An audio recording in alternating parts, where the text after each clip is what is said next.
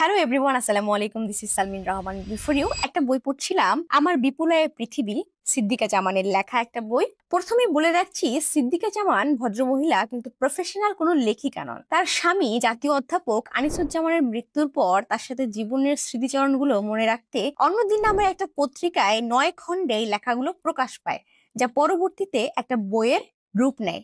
আমি যখন প্রথমে বইটা শুরু করলাম তখন আমি চিন্তা করছি যে আমি আসলে একজনের স্মৃতিচারণ পড়ে কি করব, বা আমার আসলে কি কাজে লাগবে।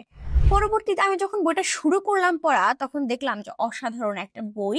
গল্প তার একান্ত পথ চলার নিজস্ব হলেও এখান থেকে জানা যাবে একজন বলিষ্ঠ মানুষের জীবন সম্পর্কে এবং স্বামীর কাজে সমর্থন দেওয়া একজন স্ত্রী সম্পর্কে। এই বইয়ে প্রতিফলিত হয়েছে রাষ্ট্র, সমাজের প্রতি তাদের দায়িত্ব কর্তব্য, পরিবারের প্রতি অগাধ মনোযোগ। 6 দশকে নৃত্যসঙ্গী আনিসুজ্জামানের সাথে পরিচয়ের মধ্য দিয়ে বইয়ের লেখা শুরু এবং আনিসুজ্জামানের মৃত্যুর মধ্য দিয়ে বইয়ের লেখা সমাপ্ত হয়। সহজ ভাষায় লেখা বইটিতে কি উঠে এসেছে যদি আমি মোটা দাগে বলি, তাহলে তৎকালীন রাজনৈতিক প্রেক্ষাপট, মুক্তিযুদ্ধের সঠিক ইতিহাস এবং সমকালীন সমাজ ও পরিবার সম্পর্কে খুব ভালো তথ্য এই বই থেকে পাওয়া যায়। আমার কাছে বইটা মোটামুটি ভালো লেগেছে, আপনারা চাইলে বইটা পড়তে পারেন।